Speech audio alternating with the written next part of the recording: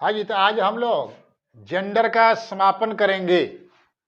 Gender पे हम लोग जो कि 2 वीडियो इसके पहले बनाया, जिसमें जेंडर का परिभाषा और रूल्स 1 से लेकर 4 तक डिस्कस किया गया।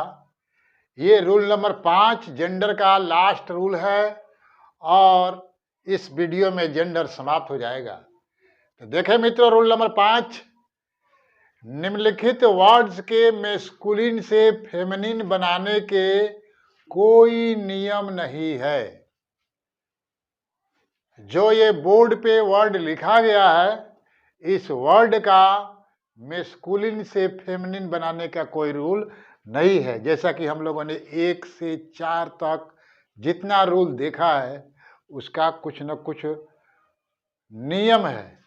जैसे कि बहुत से ऐसे वर्ड आया था जिसमें उन्होंने देखा था कि डायरेक्ट ESS लगाकर हम लोग फेमिनिन बनाते हैं। उसके बाद भी आया था लास्ट वॉवेल्स को चेंज करके फिर हम लोग ESS लगाते थे। कंपाउंड वाले भी आए थे। कंपाउंड वाले जो वर्ड है, उनके कंपाउंड वर्ड्स में कुछ परिवर्तन करके जो है कि उनका फेमिनिन बनाया जाता है। और ये 5वां जो हम लोग देख रहे हैं मित्रों, इसका कोई रूल नहीं है। इसको याद करना पड़ेगा। एग्जाम्पल के तौर पे मैं बता रहा हूँ। जैसे कि पहला है मिस्टर, जिसको हिंदी में हम लोग श्रीमान बोलते हैं।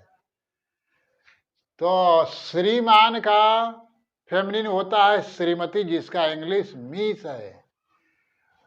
उसी प्रकार सन, सन मीन्स बेटा। फेमिनिन डॉटर, बेटी।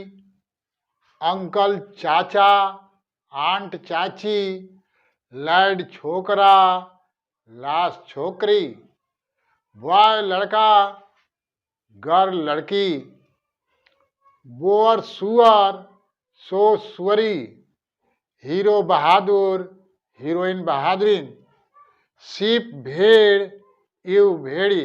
तो इस प्रकार मित्रों हम लोग देख रहे हैं, जितने भी ये वर्ड है, इनका जो है कि कोई रूल नहीं है मेस्कुलिन से फेमिनिन बनाने के लिए।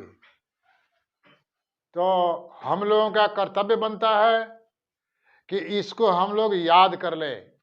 और चूंकि हम लोग इटिमोलॉजी का अध्ययन कर रहा है, इटिमोलॉजी इंग्लिश ग्रामर का दूसरा ब्रांच है, दूसरा सेक्शन है। इसके अंदर हम लोग वर्ड स्टॉक बढ़ाते हैं।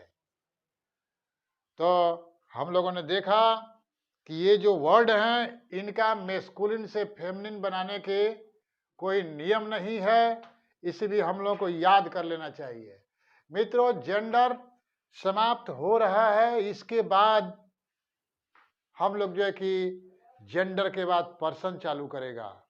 पर्सन जैसे ही समाप्त होगा तो फिर हम लोग केस चालू कर देगा, क्योंकि हम लोग जानते हैं कि सिस्टमेटिक स्टेप बाय स्टेप पढ़ाई करने के लिए किसी भी लैंग्वेज का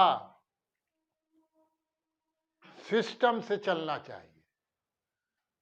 इधर उधर बिना स्टेप के अगर हम लोग स्टडीज करते हैं तो परफेक्ट नहीं होता है।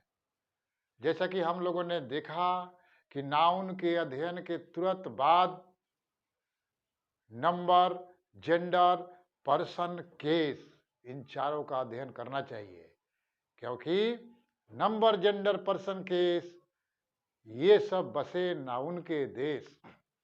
जैसे ही हम लोग नंबर, जेंडर, पर्सन, केस का अध्ययन समाप्त कर लेगा, जैसा कि हम लोग जेंडर तक पहुंच गए हैं, इसके बाद पर्सन है, उसके बाद केस है, फिर जो है कि हम लोग ये चारों अध्ययन करने के बाद जो अपना फॉर्म क्लासेस का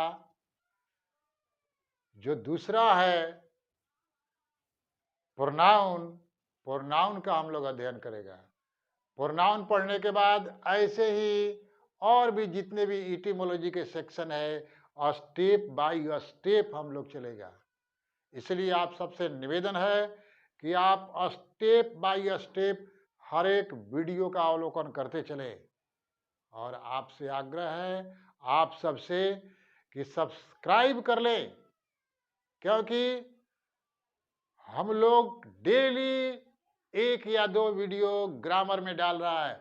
चूंकि ये चैनल अपना एकदम नया है और हम लोगों ने ठान लिया है कि आप सबको अच्छी तरह से इंग्लिश लैंग्वेज का अध्ययन कराएगा सिस्टमेटिक तरीका से।